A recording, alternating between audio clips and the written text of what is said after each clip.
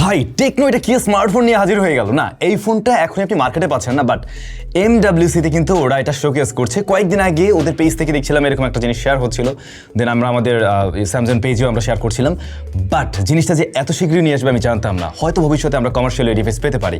এখন ফোনটা দেখুন কিভাবে কাজ করে। ফার্স্ট অফ অল, স্মার্টফোনটার থিকনেস হচ্ছে only 4.9 millimetre, super slim device.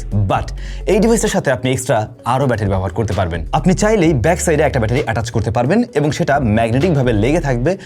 ম্যাক্সেপ যেভাবে কাজ করে কাইন্ড অফ ওরকম। এরপর যদি আপনার আরও ব্যাটারি দরকার হয়, আপনি আরও একটা সেকেন্ড ব্যাটারি ব্যবহার করতে পারেন। সো কি দাঁড়ালো, আপনার স্মার্টফোনটাতে তিনটা ব্যাটারি আপনি অ্যাট এ টাইম ব্যবহার করতে পারেন যদি কিনা আপনার মোর ব্যাকআপ প্রয়োজন পড়ে।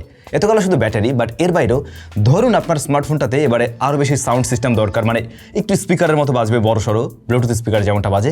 হ্যাঁ, আপনি স্পিকারের মডিউলও এখানে সেট করতে পারেন। ছোট একটা স্পিকারের মডিউলও ওদের রয়েছে। এছাড়াও ক্যামেরা অ্যাটাচমেন্ট তো রয়েছেই। ফোনটাতে শুধুমাত্র একটা ক্যামেরাই থাকছে, বাট আপনি চাইলেই সেখানে পেরিস্কোপিক জুম লেন্স অ্যাটাচ করতে পারবেন।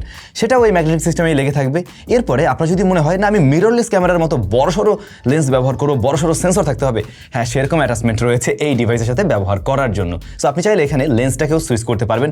যে কোনো ধরনের লেন্সই তখন আপনি ব্যবহার করতে পারবেন, সেটা টেলিফটো হোক, সেটা প্রাইম লেন্স হোক, বা যে কোনো টাইপের লেন্স আপনি তখন ব্যবহার করতে পারছেন, যেহেতু এই লেন্সটাকে তখন ডিটাচ করা যাবে। তো এই জিনিসটা কিন্তু বেশ ইন্টারেস্টিং। এর আগেও কিন্তু এই ধরনের কনসেপ্ট আমরা দেখেছি, কিন্তু টেকনো এটাকে একটু অন্য লেভেলে নিয়ে গেছে। এত অ্যাটাচমেন্টের ব্যবস্থা রেখেছে আর কি।